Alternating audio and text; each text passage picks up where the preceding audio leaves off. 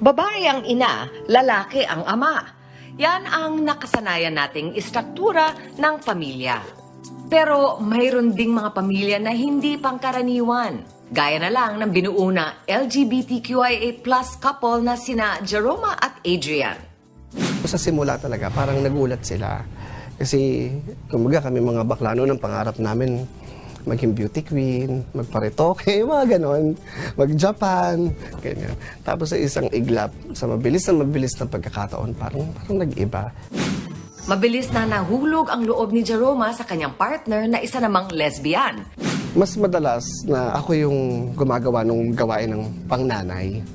Tapos yung mga pang mabibigat na trabaho, especially mga buwat-buwat, ganyan, pang mga construction sa kanya kasi wala akong alam dun. Hindi lang silang dalawa ang naging mainit sa mata ng ibang tao. Madalas ding tuksuhin ang kanilang mga anak, lalo na nung bata pa ang mga ito. Naglalaro, nagkakapikunan. Ang asar na ngayon dun sa isa. Ano, papa mo bakla, mama mo tomboy, mga ganon, habang naglalaro. Tapos dahil nga nakasanayan na nila, ginausap namin na, sabi ko, wala namang masama dun. Umabot sa sakitan kasi nga pinagtatanggol kami.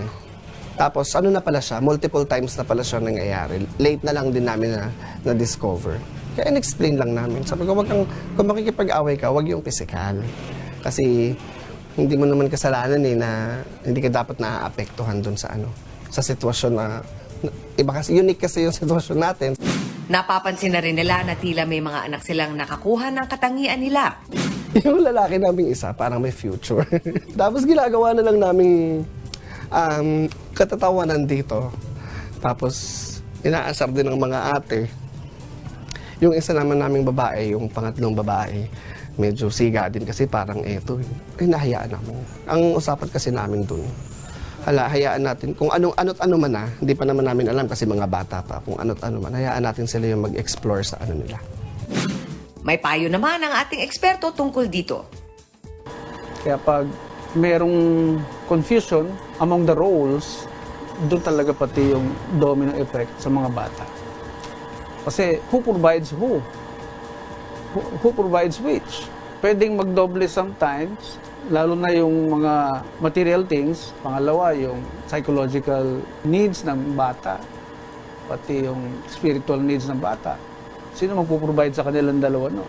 The more you know and understand your title and job description, the more you can do your job well. Same within the family. Be a productive member of the society.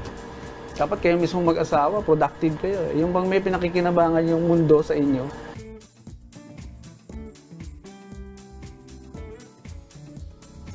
Ay, naku. Basta ako gusto ko maging friend si Diba Jeroma at si kayo? Adrian. Kaya, Nakakatawa si Adrian tsaka si Jeroma talaga Parang sa mga anak. saya nung pamilya Oo, nila. yun yung pagbabasihan mo, yung parang, ako lang to, ewan ko Yeah. pero yung parang, secondary, kinakalimutan mo yung kanilang gender identity, yung gender preferences. Tao lang na ang sasaya nila na nagmamahalan. Parang yun ang